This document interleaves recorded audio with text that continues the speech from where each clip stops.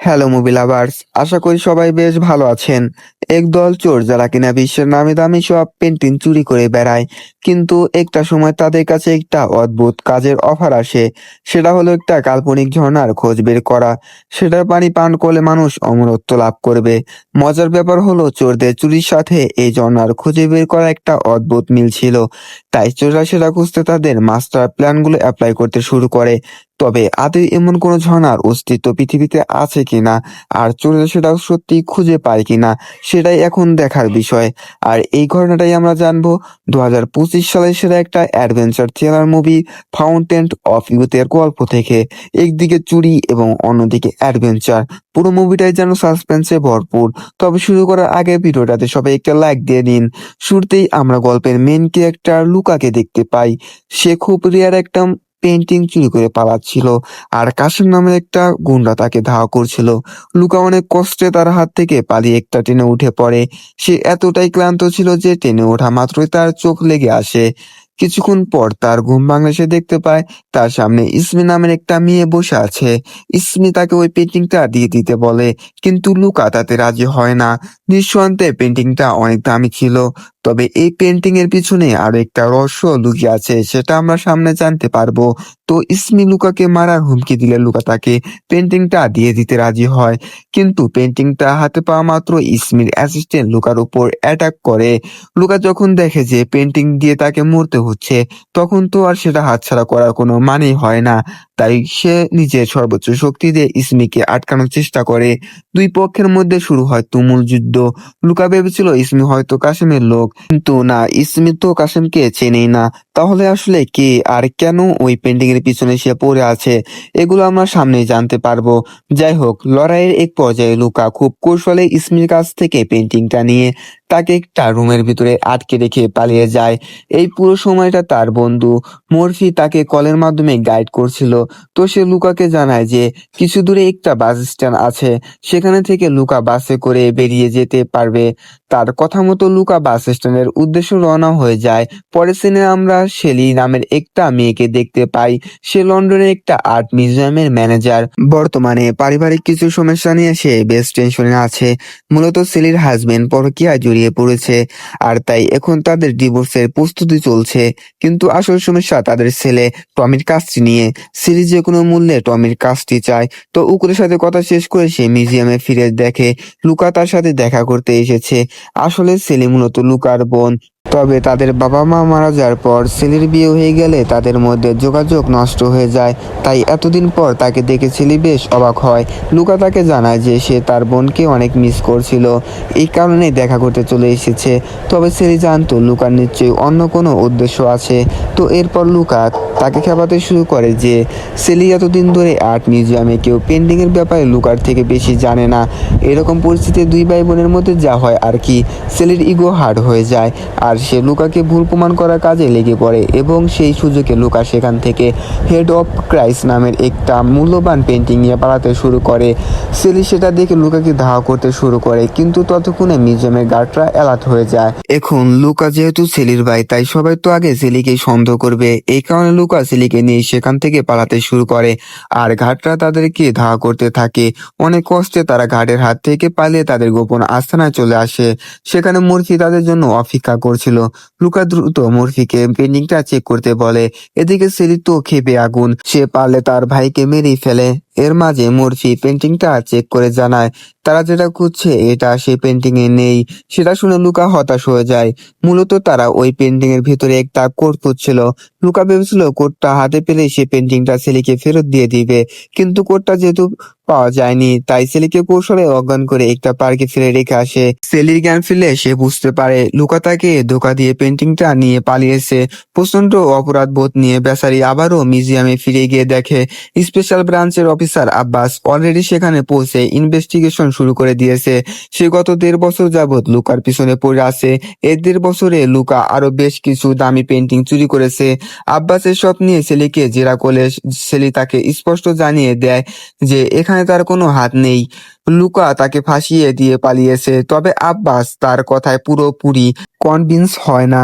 অবশ্য তার কাছে যেহেতু সেলির বিরুদ্ধে কোনো এভিডেন্সও ছিল না, তাই সে কোনো অ্যাকশনও নিতে পারে না। কিন্তু এই চুরিতে সেলির হাত থাকুক বা না থাকুক, চুরিটা তো তার গাফিলতির কারণেই হয়েছে, তাই তাকে চাকরি থেকে বরখাস্ত করে দেওয়া হয়। সেলি বেচারি এতে ভীষণ কষ্ট পায়। সে ভীষণ মনে সেলি টমের সাথে দেখা করতে যায়। সে টমকে জানায় যে তাকে আর কিছুদিন তার বাবার সাথে থাকতে হবে। সেটা শুনে টমেরও মনটা খারাপ হয়ে যায়, কিন্তু সেলির কিছু করার ছিল না। ওই চাকরি জোরেই সে টমের কাজটির জন্য লড়ছিল। তাই এখন তার সবথেকে বড় চিন্তা যে আদৌ টমের কাজটি পাবে কিনা। লুকার ওপর ভীষণ রাগ হচ্ছিল তার, তাই সে তৎক্ষণাৎ চলে যায় লুকার গোপন আস্তানায়। সেখানে গিয়ে সে লুকার আরেকটি বান্ধবী ডেবকে দেখতে পায়। সেলি তাদের সবাইকে আগে থেকে চিনতো, কারণ তার বাবা একজন প্রত্নতান্ত্রিক ছিলেন আর মূর্তিরা তার টিমেই কাজ করত। লুকা এবং সেলি বাবার সাথে মিলে পৃথিবীর সব প্রাচীন আর্চারদের খোঁজ করে বেড়াতো। ভীষণ অ্যাডভেঞ্চার লাইফ ছিল তাদের, কিন্তু বাবা মারা যাওয়ার পর সেলি এসব ছেড়ে ঘর কন্যা সামলাতে ব্যস্ত হয়ে পড়ে। তবে লুকা এখনো সেই নেশা ছাড়তে পারেনি। এসবের মাঝে সেলি একজন নতুন মুখ দেখে বেশ অবাক হয়। লোকটা ছিল ফেমাস বিজনেসম্যান কারবার। সেলি এখন এটা ভেবে অবাক হয় যে এই লোকটা এখানে কি কাজ করে। তখন কারবার তাকে বলে দেয় তার ফাউন্টেন অফ ইউথের খোঁজ করছে, আর এই মিশনটা স্পন্সর করছে কারবার নিজেই। এখন প্রশ্ন হলো এই ফাউন্টেন অফ ইউথ কি জিনিস, আর কারবার সেটা খুঁজছে কেন? আসলে ফাউন্টেন অফ ইউথ হচ্ছে একটা কাল্পনিক প্রাচীন ঝর্ণা, যার ব্যাপারে বাইবেল এবং মহাভারতের মতো বড় বড় গ্রন্থে উল্লেখ আছে। বলা হয়েছে এই ঝর্ণার পানি পান করলে মানুষের সব ইচ্ছা পূরণ হবে। সে চাইলেও অমরত্ব লাভ করতে পারবে, আবার পৃথিবীর সবচেয়ে ধনী ব্যক্তিও হতে পারবে। এখনো সেই কারবারের কথায়। সে মূলত একজন লিভার ক্যান্সারের পেশেন্ট, মৃত্যুর জন্য দিন গুনছে। সে তাই নিজের জীবন বাঁচানোর জন্য শেষ চেষ্টা হিসেবে ফাউন্টেন অফ ইউথের খোঁজ করছে। তো তাদের কথা শুনে সেলি অবাক হয়ে যায়। সে মানতেই পারছিল না যে এই যুগে মানুষ এসব কাল্পনিক বিষয় বিশ্বাস করে। কাল্পনিক বলার কারণ হচ্ছে বহু মানুষ এই ফাউন্টেন অফ ইউথের খোঁজে বেরিয়েছে, কিন্তু কেউ আজ পর্যন্ত সেটার সন্ধান পাননি। আদৌ এর অস্তিত্ব আছে কিনা তো কেউ জানেও না। তবে লুকার কথা হলো একবার চেষ্টা করতে তো ক্ষতি নেই। পেয়ে গেলে তো ভালো, আর না পেলে অন্তত একটা অ্যাডভেঞ্চার হয়ে যাবে। সে সেলিকেও তাদের সাথে কাজ করতে রিকোয়েস্ট করে, কিন্তু সেলি কোনো মতেই রাজি হয় না। তখন কারবার তাকে শর্ত দেয় যে সে যদি তাদেরকে সাহায্য করতে রাজি হয়, তাহলে কারবার তার জন্য লন্ডনের বেস্ট লয়ার হায়ার করবে এবং টমের কাজটি তাকে পাইয়ে দেবে। সেটা শুনে সেলি এবার লোভে পড়ে রাজি হয়ে যায়। কিন্তু প্রশ্ন হচ্ছে তারা এই ফাউন্টেন অফ ইউথ খুঁজবে কিভাবে? তখন লুকা জানায় যে ওই লোকেশন খুঁজে বের করার জন্য স্পেশাল কোড আছে, সেগুলো পৃথিবীর বিভিন্ন নামকরা আর্টিস্টরা তাদের আর্টের মধ্যে লুকিয়ে রেখেছে। মূলত এই কারণে লুকা বেছে বেছে পৃথিবীর বিভিন্ন জায়গা থেকে ওই পেন্টিংগুলো চুরি করেছিল। তখন সেলি বলে যে তারা যদি লোকেশন খুঁজে পায় তাতেও তো সমস্যার সমাধান হবে না, নিশ্চয়ই সেখানে করা প্রোটেকশন ব্যবস্থা আছে। তাহলে তারা ওই ঝর্ণা পর্যন্ত পৌঁছাবে কি করে? তখন লুকা তাকে জানায় 900 বছর আগে প্রোটেকশন অফ পাথ নামের একটা সংগঠন তৈরি করা হয়েছিল, যারা যুগ যুগ ধরে বংশ পরম্পরায় ওই জায়গার প্রোটেকশন দিয়ে আছে। তবে একবার লোকেশন বের করতে পারলে ওই প্রোটেকশনদের কিছু একটা ব্যবস্থা করা যাবে। তাই এখন তাদের মূল লক্ষ্য ওই কোডগুলো ডিকোড করে লোকেশনটা খুঁজে বের করা। তাদের ইনফরমেশন অনুযায়ী 6টা কোড পাওয়ার কথা, কিন্তু তাদের কাছে ছিল 5টা কোড, আর 6 নাম্বার পেন্টিং তো কোনো কোড পাওয়া যায়নি। তখন ছেলে তাদেরকে জানায় যে তার মিউজিয়ামের ওই পেন্টিংটা আসলে নকল ছিল, আর আসল পেন্টিংটা বানানোর মাত্র কিছুদিনের মধ্যেই সেটা চুরি হয়ে গিয়েছিল। এখন একটা মাস্টারপিস চুরি হওয়াটা যেহেতু ভীষণ লজ্জার ব্যাপার, তাই পরবর্তীতে ওই পেন্টিং এর একটা রিপ্লিকা বানিয়ে মিউজিয়ামে রেখে দেওয়া হয়। তার মানে এখন তাদেরকে আসল পেন্টিংটা খুঁজে বের করতে হবে। ছেলে তাদেরকে জানায় যে আসল পেন্টিং এর কুলু পাবলিক লাইব্রেরিতে পাওয়া যাবে। এই কথা শুনে লুকা তৎক্ষণাৎ লাইব্রেরিতে গিয়ে মনোযোগ সহকারে কুলু খুঁজতে শুরু করে, কিন্তু দুর্ভাগ্যবশত সেখানে ইসমি পৌঁছে যায়। তবে এবার আর সে লুকার উপর অ্যাটাক করে না, শুধু জানতে চায় সে এখানে কি করে। তবে স্বাভাবিকভাবে লুকা তাকে সত্যিটা জানায় না, উল্টে সুযোগ পেয়ে তার সাথে ফ্লার্ট করতে শুরু করে। আসলে ইসমিকে প্রথম দেখাতেই ভালো লেগে গিয়েছিল তার, তবে ইসমি তাকে একটু পাত্তা দেয় না, বরং তাকে সরাসরি ওয়ার্নিং দেয় যে সে যেন ফাউন্টেন অফ ইউথের কথা মাথা থেকে ছেড়ে ফেলে, কারণ ওই জায়গাটা ভীষণ ভয়ঙ্কর, এটা মানুষের জীবনকে ধ্বংস করে দিতে পারে। ইসমির মুখে ফাউন্টেন অফ ইউথের কথা শুনে লুকা বেশ অবাক হয়। তখন জানা যায় ইসমি আসলে প্রোটেক্টর অফ পাথ এর একটা সদস্য, আর এই কারণেই সে লুকার পিছনে পড়ে আছে। কিন্তু তার ওয়ার্নিং দেওয়া সত্ত্বেও লুকা থেমে থাকে না। সে ওই লাইব্রেরি থেকে অরিজিনাল পেন্টিং এর কুলু খুঁজে বের করে। সেখান থেকে জানা যায় দ্বিতীয় বিশ্বযুদ্ধের সময় ফ্রান্সের একটা জাহাজ সহ সেই পেন্টিংটা আটলান্টিক মহাসাগরে তলিয়ে গেছে। তাই লুকা এবার তার পুরো টিমকে নিয়ে পৌঁছে যায় আটলান্টিক মহাসাগরে। সেই পয়েন্টে সেখান থেকে তারা খুব কৌশলে ওই ডুবে যাওয়া জাহাজটা উদ্ধার করে পানির উপরে তোলে। তারপর লুকা এবং সেলি জাহাজের ভিতরে চলে যায় পেন্টিং খোঁজার জন্য, আর তার বাকি টিম বাইরে থেকে তাদের গাইড করতে থাকে। এরই মাঝে হঠাৎ তারা একটা হেলিকপ্টারের শব্দ শুনতে পায়। মর্ফি তৎক্ষণাৎ লুকাকে সতর্ক করতে চায়, কিন্তু দুঃখের বিষয় তাদের ওয়াকি টকিতে সিগন্যাল পাচ্ছিল না, যে কারণে লুকা কিছুই শুনতে পারে না। তারা মন দিয়ে পেন্টিং খুঁজতে থাকে, এমনকি একটা পর্যায়ে সেটা পেয়েও যায়। কিন্তু সেখান থেকে বেরোনোর পথেই বাদে এক বিপত্তি। স্মিথ তার লোকজন নিয়ে লুকাদের উপর অ্যাটাক করে। তারা লুকার কাছ থেকে পেন্টিংটা কেড়ে নিতে চায়, কিন্তু লুকা কোনো মতেই সেটা দিতে রাজি হয় না। তখন সেলিকে পাকড়াও করে ফেলে এবং তাকে মারা হুমকি দিয়ে লুকার কাছে পেন্টিংটা চায়। লুকা তখন খুব চিন্তায় পড়ে যায়। একদিকে তার মিশন, অন্যদিকে নিজের বোন। কোন দিকে যাবে সে? তাহলে সেলি তাকে পেন্টিংটা দিয়ে দিতে বলে, কিন্তু লুকা তাতে রাজি হয় না। সে অন্য কোনো উপায় খোঁজার চেষ্টা করছিল। এরই মাঝে হঠাৎ জাহাজের মধ্যে তীব্র গতিতে পানি ঢুকতে শুরু করে, মূলত তাদের গোলাগুলির কারণে। জাহাজটা আবারও ডুবতে শুরু করেছিল। পানির তীব্র স্রোত দেখে ইসমি বেশ ঘাবড়ে যায়, আর সে সুযোগে লুকাসেলিকে নিয়ে সেখান থেকে পালাতে শুরু করে। জাহাজটা ডুবে যায়, তারা মাঝ সমুদ্রে ফেসে গিয়েছিল। তবে সৌভাগ্যবশত তার বন্ধুরা এসে তাদেরকে উদ্ধার করে। এরপর তারা ল্যাবে গিয়ে ওই পেন্টিংটা স্ক্যান করলে ওই 6টা কোড একটা জ্যামিতিক প্যাটার্ন তৈরি হয়। সেই সাথে তারা কিছু অক্ষর পায়, তবে সেগুলো অনেকভাবে সাজানোর পরে কোনো কুল পাওয়া যায় না। তখন সেলির মাথায় একটা আইডিয়া আসে। ওই অক্ষরগুলোর ভেতর একটা ছিল ভি, আর ফ্রান্স ভাষায় ভি বলতে ডাব্লিউ বোঝায়। তাই তারা ওই ভি এর জায়গায় ডাব্লিউ বসালে একটা ওয়ার্ড তৈরি হয়, সেটা হলো উইকট, অর্থাৎ খারাপ বা শয়তানি। এরপর আরো রিসার্চ করার পর তারা জানতে পারে সেখানে দ্য উইক বাইবেলের ব্যাপারে বলা হয়েছে।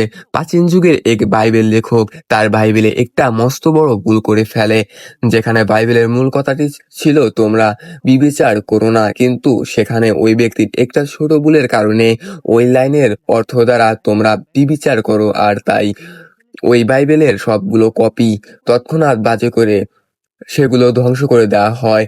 এটা জানার পর সবাই ভীষণ হতাশ হয়ে পড়ে, কারণ যার কোনো অস্তিত্ব নেই সেখান থেকে তারা কুল খুঁজবে কিভাবে। তখনই হঠাৎ লুকার মনে পড়ে যায় যে ওই বাইবেলের একটা কপি এখনো অক্ষত অবস্থায় আছে, আর সেটা কোথায় আছে তাও তার জানা। এটা শুনে সবার মনে আবার আশার আলো জাগে। মূলত বাইবেলের একটা কপি অস্ট্রেলিয়ার ভিয়েনা শহরের একটা মিউজিয়ামে সুরক্ষিত ছিল। তার মানে তাদের এখন ভিয়েনা শহর যেতে হবে। তাদের এসব প্ল্যানিং এর মাঝেই অফিসার আব্বাস তার টিমকে নিয়ে সেখানে চলে আসে। সে লুকার উপর অ্যাটাক করতেই যাবে, ঠিক সেই মুহূর্তে গুন্ডা কাসেমের দল সেখানে চলে আসে। সেই ওই পেন্টিং গুলোর পিছনে পড়েছিল, তবে সে ফাউন্টেন অফ ইউথের জন্য নয়, বরং পেন্টিং গুলো বিক্রি করে টাকা আয়ের জন্য। তো লুকা তাকে পেন্টিং গুলো এনে দেওয়ার বাহানায় হঠাৎ লাইট মিউজিক প্লে করে দেয়, এতে কাসেমরা একটু ঘাবড়ে যায়। আর সেই সুযোগে আব্বাস তাদের ওপর অ্যাটাক করে তাদেরকে উপকাত করে ফেলে। এদিকে আব্বাসদের একসাথে বেরিয়ে দিয়ে লুকারা সেখান থেকে পালিয়ে যায়। তো পরের দিন ছেলে যখন টমের মিউজিক ক্লাসে বসে ছেলের মিউজিক এনজয় করছিল, তখনই সেখানে লুকা এসে তাকে জানায় যে তাদেরকে ভিয়েনার উদ্দেশ্যে রওনা হতে হবে। ছেলে তখন প্রস্তুতি নিতে শুরু করে। এরই মাঝে তার হাজবেন্ড তাকে ফোন করে জানায় তাকে 1 বছরের জন্য জাপানে একটা জরুরি কাজে যেতে হবে, তাই এই বিষয়টা ছেলেকে টমের খেয়াল রাখতে হবে। কথাটা শুনে ছেলে বেশ চিন্তায় পড়ে যায়, আর কোনো উপায় না পেয়ে সে টমকে সঙ্গে নিয়েই ভিয়েনার উদ্দেশ্যে রওনা হয়। অবশ্যই এতে তাদের বেশ উপকারী হয়, কিন্তু কিভাবে সেটা একটু পরে জানতে পারবো। তো ভিয়েনা পৌঁছে লুকা টমকে কারবারের কাছে রেখে বাকিতে নিয়ে মিউজিয়ামের ভিতরে চলে যায়। সেখানে পুরো টিম বাইবেল স্ক্যান করছিল, আর লুকা বাইরে দাঁড়িয়ে পাহারা দিচ্ছিল। এরই মাঝে ইসমি সেখানে পৌঁছে যায়। তখন দুজনের মধ্যে আবারও তুমুল যুদ্ধ শুরু হয়, কিন্তু আবারও লুকার সাথে তারা পেরে উঠছিল না। একটা পর্যায়ে ইসমির দড়ি দিয়ে লুকার গলা পেঁচিয়ে ধরে, তখন লুকা উল্টে সেই দড়ি দিয়ে ইসমির পা বেঁধে তাকে ঝুলিয়ে রেখে দৌড়ে চলে যায় তাদের টিমের কাছে। কিন্তু দুঃখের বিষয় তাদের কাজ এখনো শেষ হয়নি। তবে সেখানে হোল করাও তাদের জন্য বিপজ্জনক, তাই তারা ওই মিউজিয়ামের ম্যানেজারকে অজ্ঞান করে বাইবেলটা নিয়ে পালাতে শুরু করে।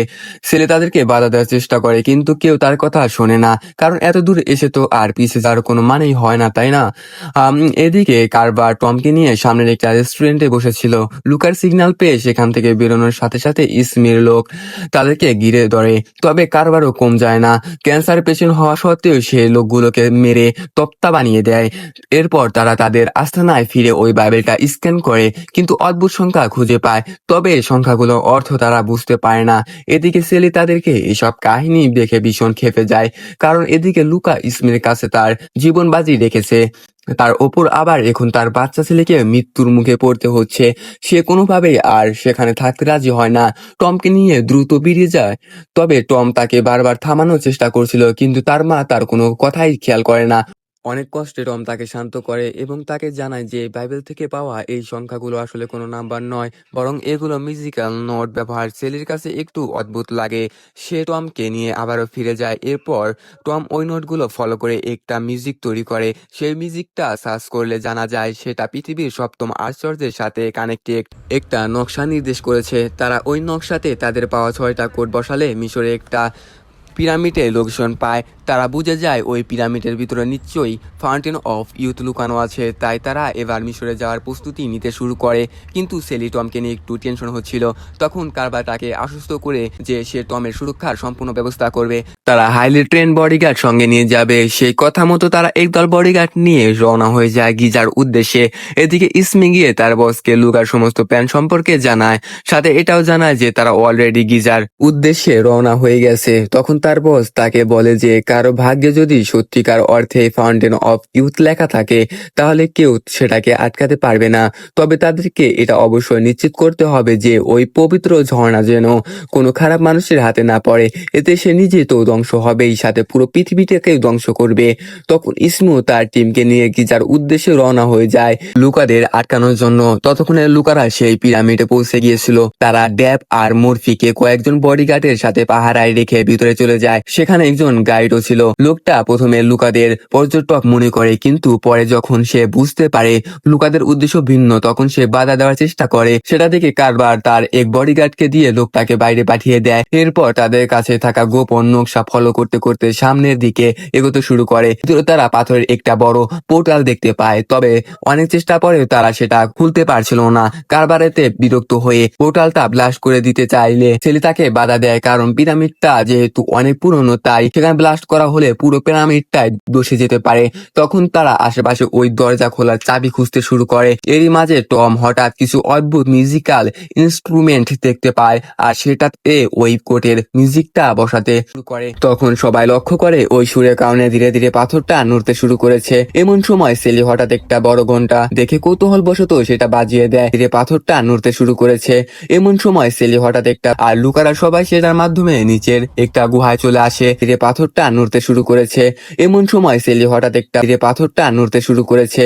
এমন সময় সেলি হঠাৎ একটা বড় ঘন্টা দেখে মূর্তিটার বুকে একটা উজ্জ্বল অ্যাম্বার স্টোন লাগানো ছিল। সেলি সেটা নিয়ে সামনে থাকা দরজার কোটারে ঢুকিয়ে দিলে দরজাটা খুলে আরো একটা গোপন রাস্তা আসে। তারা ওই গোপন রাস্তা ধরে একটু করে সামনের দিকে এগোতে শুরু করে, কিন্তু কিছু দূর এগোতে না এগোতেই বাদে আরেক বিপত্তি। তারা একটা ডেড এন্ডে এসে থমকে যায়। সামনে শুধু বড় একটা গর্ত ছাড়া আর কিছুই ছিল না, আর সেই গর্তের শেষ সীমানা দেখা যাচ্ছিল না। এমন অবস্থায় ওই গর্তে ঝাঁপ দেওয়া মানে নিজের মৃত্যুকে ডেকে আনা। সবাই তখন খুব চিন্তায় পড়ে যায়। এরই মাঝে লুকা হঠাৎ একটা নীল রঙের বাটন দেখতে পায়। সেটা প্রেস করতেই গর্তটা বড় হয়ে দেওয়ালের ভিতর থেকে সিঁড়ি বেরিয়ে আসে, আর ওই সিঁড়ি বেয়ে নিচে নেমে পাথরের ভিতর সামান্য একটু পানি দেখতে পায়।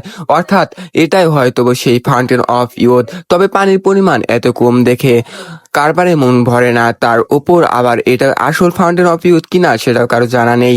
তাই কারবার লুকাকে নিচে নেমে পানিটা চেক করতে বলে, কিন্তু লুকা তাতে রাজি হয় না, কারণ এই জায়গায় কোনো রকম এক্সপেরিমেন্ট করা মানেই হলো মৃত্যু।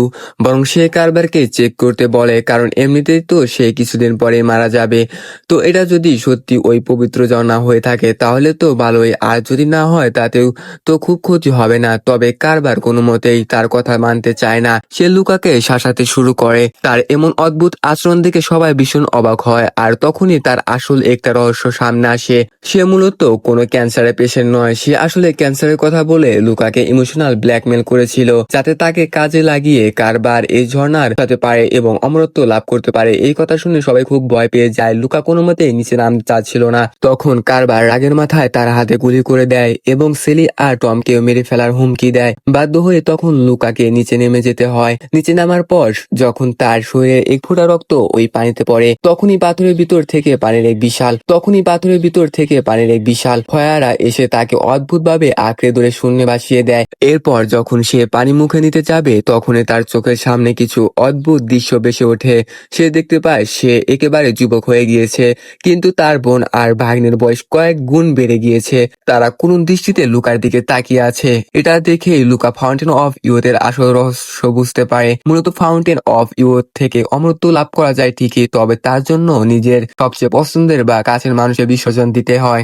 আর লুকার কাছে তার সবচেয়ে কাছের মানুষ ছিল তার বোন আর ভাগ্নে, কিন্তু লুকা মোটেও স্বার্থপর ছিল না। তাই সে এত বড় একটা সুযোগ হাতে পেয়েও হাতছাড়া করে দেয়। সে ওই ঝর্ণার পানি মুখে দেয় না। তো সে যখন এত বড় একটা স্যাক্রিফাইস করেছে, সেটা পুরস্কার তো তার পাওয়া উচিত। তাই পুরস্কার স্বরূপ ওই পবিত্র পানি তার শরীরের সব ক্ষত সারিয়ে দেয়। সেটা দেখে কারবার মনে লোভ আর কৌতূহল জেগে ওঠে। সে লুকাকে টেস্ট করার জন্য তার ওপর গুলি চালাতে শুরু করে, কিন্তু সেই গুলিতে লুকার কোনো ক্ষতি হয় না। এই পবিত্র পানির গুণে সে বেঁচে যায়। সেটা দেখে কারবার এবার নিশ্চিত হয় যে তাকে আর অমরত্ব লাভ করা থেকে কেউ আটকাতে পারবে না। তাই এবার সে নিজেই এই ঝর্ণার পানিতে নেমে যায়, আর ঠিক লুকার মতোই তার হাত কেটে এক ফোঁটা রক্ত ওই পানিতে ফেলে দেয়। এতে ওই পানি আবারও উঠে এসে তাকে জড়িয়ে ধরে শূন্য ভাসিয়ে তোলে। এরপর সে যখন ওই পানি খেতে যাবে তখন তাকেও ঠিক লুকার মতো ভীষণ দেখানো হয়, কিন্তু কারবার সেসব পাত্তা না দিয়ে পানি খেয়ে নেয়। পানিটা খাওয়ার সাথে সাথে তার বয়স ধীরে ধীরে কমতে শুরু করে। এরই মাঝে ইসমি আর অফিসার আব্বাস সেখানে পৌঁছে যায়। এখন ইসমি না হয় এখানে আসার কথা ছিল, কিন্তু আব্বাস এলো কোথা থেকে? তখন জানা যায় আব্বাস আসলে লুকাদের ট্র্যাক করে এখানে পৌঁছেছিল। এরপর বাইরে থাকা গার্ডদের সাথে তার তুমুল যুদ্ধ হয়। তার মাঝে ইসমিরা সেখানে পৌঁছে গিয়ে বডিগার্ডদের ওপর অ্যাটাক করে। তখন আব্বাস সুযোগ বুঝে পিরামিডের ভিতরে ঢুকে পড়ে, আর তার কিছুক্ষণ পর ইসমিও সবাইকে কুপকাত করে ভিতরে চলে আসে। ঘটনাক্রমে তাদের দেখা হয়ে যায় এবং তারা একসাথে লুকাদের খুঁজে খুঁজে পৌঁছে যায় ফাউন্টেন অফ ইউথের কাছে। ফাউন্টেন অফ ইউথ এর শক্তি নিজ চোখে দেখে তারা দুজনে ভীষণ অবাক হয়। এর মাঝে কারবারের বডিতে হঠাৎ এক ভয়ঙ্কর রিয়াকশন দেখা দেয়। এই যে বললাম, অমরত্ব লাভ করতে গেলে নিজের সবচেয়ে পছন্দের কিছু স্যাক্রিফাইস করতে হয়, আর কারবারের মতো স্বার্থপর মানুষের কাছে নিজের থেকে পছন্দের আর কি হতে পারে। তাই ওই পবিত্র পানি স্যাক্রিফাইস হিসেবে তার শরীরকেই শোষণ করতে শুরু করে। এটা দেখে ইসমি বেশ ঘাবড়ে যায়। সে তড়িঘড়ি করে ত্রিশূল আকারের একটা চাবি বের করে, সেটা তার বস তাকে দিয়েছিল। এই চাবিটার মাধ্যমে ফাউন্টেন অফ ইউথ আজীবনের জন্য বন্ধ করা যায়। তো ইসমি দূরে চলে যায় সেটা বন্ধ করার জন্য। চাবিটা তালাতে লাগাতেই পোর্টালটা একটু একটু করে বন্ধ হতে থাকে। সেটা দেখে লুকারা সবাই দ্রুত সেখান থেকে পালাতে শুরু করে। ততক্ষণে দেওয়ালে থেকে বেরোনো ওই সিঁড়িগুলো আবারও বন্ধ হতে শুরু করেছিল। সৌভাগ্যবশত লুকারা সঠিক সময় সেটা থেকে বেরিয়ে আসে। তবে কারবারের সেই বডিগার্ড তাদের সাথে ভিতরে গিয়েছিল, সে পিছলে নিচে পড়ে যায় এবং তার বসের সাথে সেখানে আটকে পড়ে ধ্বংস হয়ে যায়। এদিকে ফাউন্টেন অফ ইউথ এর পোর্টাল বন্ধ হওয়ার সাথে সাথে ওই পিরামিডের বাকি দরজাগুলো এক এক করে ব্লক হতে শুরু করে। লুকারা সবাই অনেক কষ্টে সেখান থেকে বেরিয়ে আসতে সফল হয়, আর অবশেষে তাদের অ্যাডভেঞ্চার মিশন শেষ হয় এবং তারা পৃথিবীকে ধ্বংসের হাত থেকে বাঁচাতেও সফল হয়। এরপর লুকা ওই পেন্টিং গুলো সহ আব্বাসের কাছে সিলিন্ডার করার সিদ্ধান্ত নেয়, কিন্তু অফিসার আব্বাস তাকে গ্রেফতার না করে ওই পেন্টিং চুরির সব দোষ কারবারের গাড়ি চাপিয়ে দিয়ে কেসটা ক্লোজ করে দেয়, কারণ সে বুঝে গিয়েছিল লুকা চোর হলেও মানুষ হিসেবে খারাপ না। এদিকে ইসমিউ লুকার উপরে বেশ ইমপ্রেস হয়ে গিয়েছিল, তাই সে পরের কোনো মিশনে আবারও লুকার সাথে দেখা হওয়ার আশা নিয়ে সেখান থেকে চলে যায়। সেই সাথে সেলিও সিদ্ধান্ত নেয় যে এখন থেকে সে টমকে নিয়ে তার ভাই লুকার সাথেই থাকবে। আর এখানেই অদ্ভুত সুন্দর গল্পটা শেষ হয়ে যায়। তো গাইস, ভিডিওটা কেমন হয়েছে অবশ্যই কিন্তু কমেন্টস করবা। এন্ড এভরিওয়ান, তোমরা যারা চ্যানেল নতুন তারা অবশ্যই চ্যানেলটি সাবস্ক্রাইব করে পাশে থাকা বেল আইকনটি ক্লিক করে দেবেন। এন্ড এটা একটা কাল্পনিক গল্প, সেটা কিন্তু অবশ্যই মাথায় নিতে হবে। আর আমাদের ইসলাম ধর্মে কোনো প্রকার এরকম কিছু নেই। তো যাই হোক গাইস, চ্যানেলটি সাবস্ক্রাইব করে দিও। তো আল্লাহ হাফেজ, ভালো থাকবে সবাই।